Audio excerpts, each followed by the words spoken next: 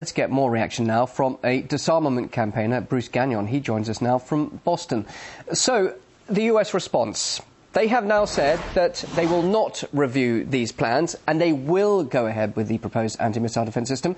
Does this mean Washington is closing its doors for a possible negotiation, something that President Medvedev was hoping for? I think so. I think it's long now been the policy of the U.S. to push forward these missile defense deployments, literally surrounding Russia, and in addition, surrounding China as well.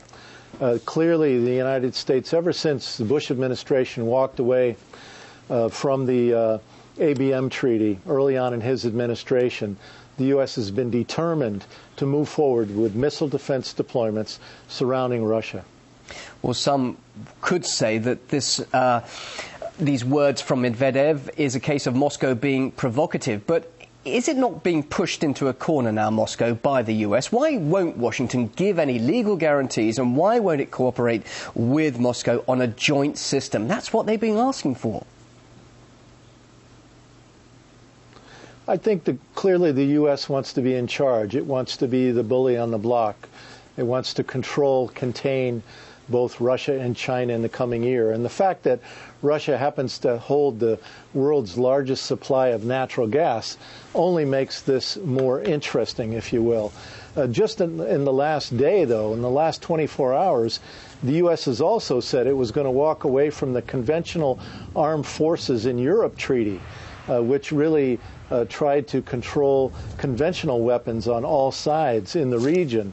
And in fact, the adapted agreement that was negotiated a few years ago is yet to be ratified by many NATO countries. And so at the time that NATO members are not willing to ratify that CFE treaty, you see Washington now saying it's going to pull out and blaming Russia for it. So I see a public relations campaign being created, directed at the American people, being directed at the people of Europe, in order to essentially demonize Russia, in order to justify these deployments. I think this arms race is not going to help anyone. It's not good for anyone, either Russia or the United States or Europe. But it's clear that the U.S. and the military-industrial complex that is driving this policy is pushing this ahead. A very dangerous and provocative strategy, I believe. Well, we have 5 countries that are pretty close to the Russian border, the western border, and obviously all of those countries hosting various elements of that system. Do you think that Russia perhaps is overreacting, thinking that this actual anti-missile defense system could actually threaten it and be used as an offensive system? Is it perhaps being paranoid, or does it have a good case?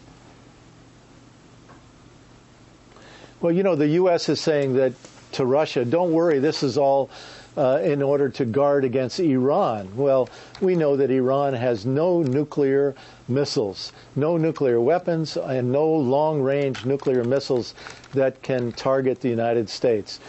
Clearly, there's no other reason for the U.S. to be deploying Patriot missile defense systems in Poland, 35 kilometers rather, from Kaliningrad, and also to be now deploying these missile defense systems in Romania, and talking to Turkey and Georgia about putting missile defense radar systems in those countries.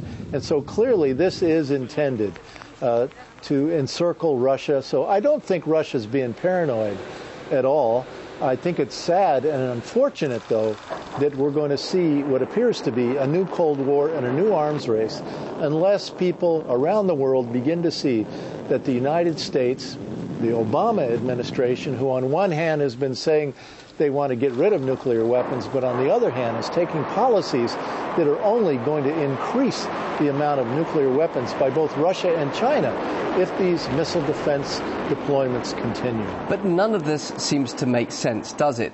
The START Treaty was agreed during that climate of resetting relations not that long ago.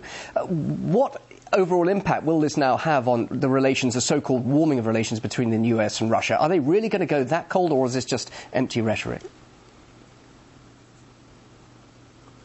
Well, you know, let's face it, the weapons corporations in America always love a new enemy, and they always love new instability because they're able to sell more weapons that way.